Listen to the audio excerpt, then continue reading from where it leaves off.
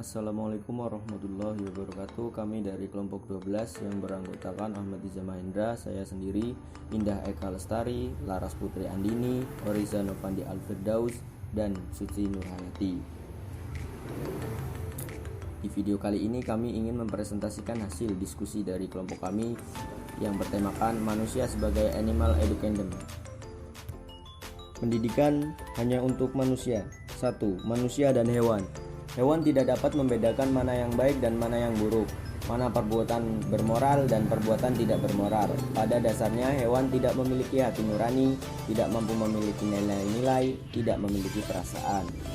Pendidikan pada hakikatnya akan berusaha untuk mengubah perilaku, namun tidak semua perilaku dapat terjangkau oleh pendidikan, karena hewan pun adalah makhluk berperilaku. Dalam hal ini, Profesor Holstam Sikun Pribadi 1984 mengemukakan beberapa jenis perilaku dari makhluk hidup sebagai berikut. A. Perilaku anargonis, yaitu suatu gerakan yang menjadi pada benda-benda mati tidak bernyawa. B. Perilaku nabati atau vegetatif, yaitu yang terjadi pada tumbuh-tumbuhan, manusia, hewan, dan tumbuhan sama-sama memiliki perilaku ini.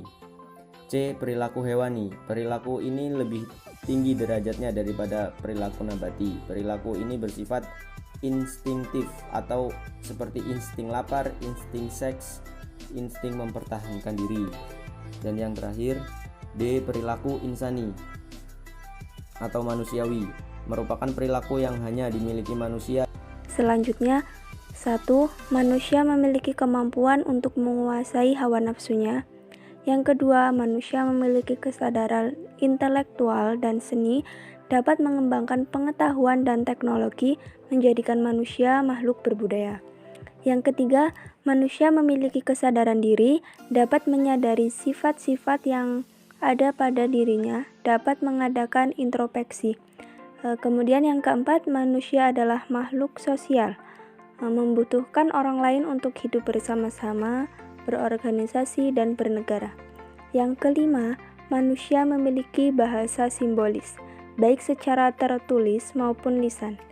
Yang keenam, manusia dapat menyadari nilai-nilai etika maupun estetika dan dapat berbuat sesuai nilai-nilai tersebut dan memiliki kata hati.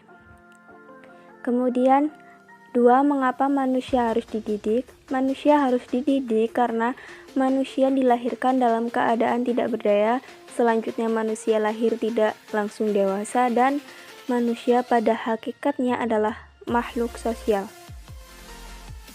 Selanjutnya, manusia sebagai makhluk yang dapat dididik, yaitu hubungan antara pendidik dan anak didik dalam proses mendidik merupakan hubungan antara subjek dan subjek, sehingga pendidik tidak melakukan apa saja terhadap anak didik sesuai seleranya.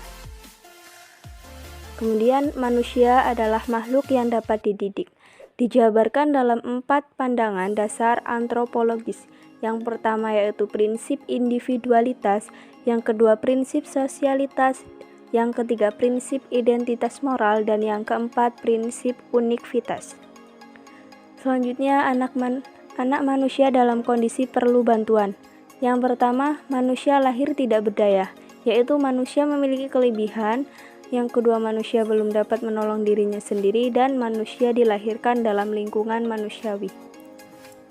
Dunia manusia sebagai dunia terbuka. Manusia belum siap menghadapi kehidupan. Dalam teori retardasi dari Bock, tersirat pendapat bahwa manusia dilahirkan terlalu dini. Manusia mampu menggunakan alat melalui anggota tubuhnya. Manusia menemukan kemungkinan dan kemampuannya untuk menggunakan alat. 3. Manusia sebagai makhluk yang perlu dididik.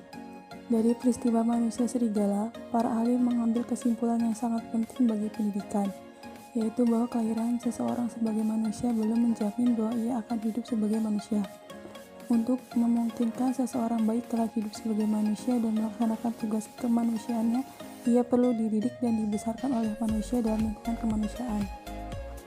A. Faktor-faktor yang mempengaruhi perkembangan manusia. 1. Faktor keturunan atau hereditas. Anak memiliki warisan sifat-sifat bawaan yang berasal dari kedua orang tuanya, merupakan potensi tertentu sudah terbentuk dan sukar dirubah. 2. Faktor lingkungan atau environment. Lingkungan di sekitar manusia dapat digolongkan kepada kedua jenis lingkungan, yaitu lingkungan abiotik dan lingkungan biotik. 3. Faktor diri atau self.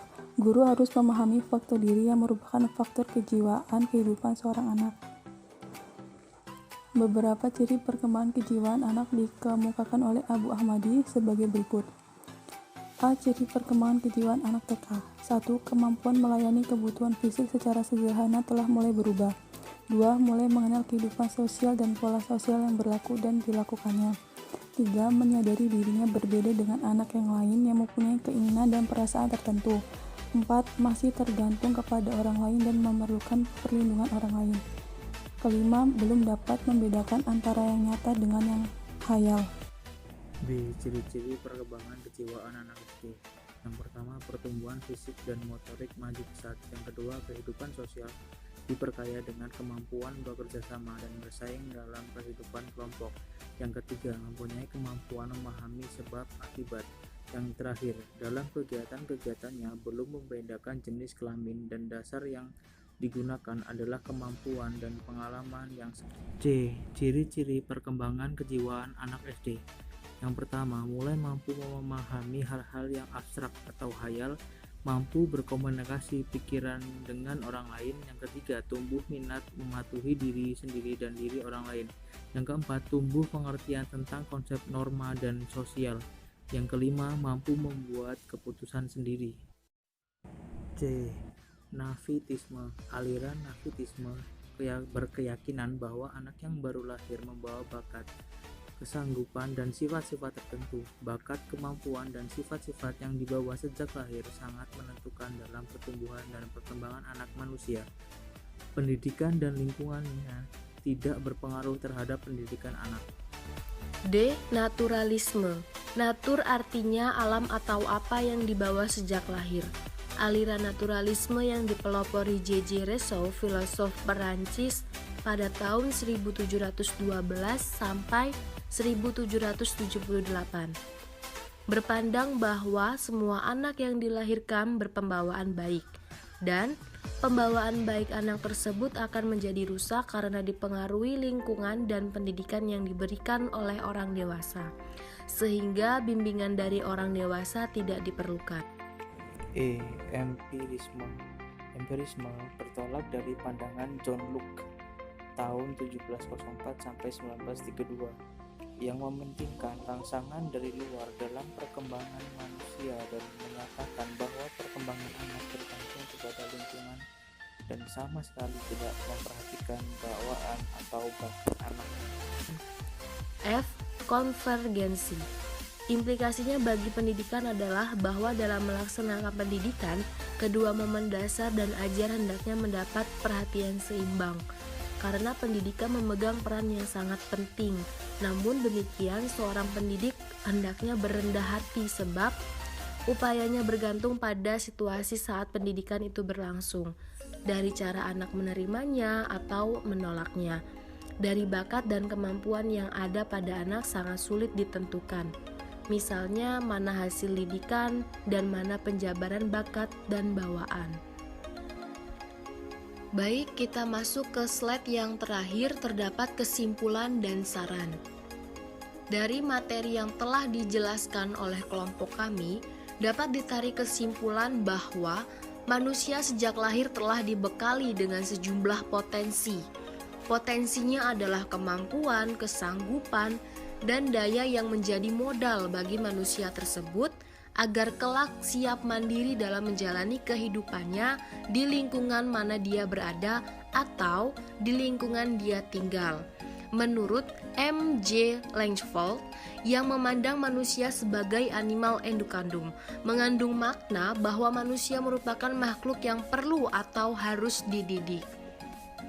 Kemudian manusia juga merupakan makhluk yang perlu dididik, karena manusia pada saat dilahirkan kondisinya sangat tidak berdaya sama sekali. Diibaratkan contoh misalnya, seorang bayi yang baru dilahirkan berada dalam kondisi yang sangat memerlukan bantuan.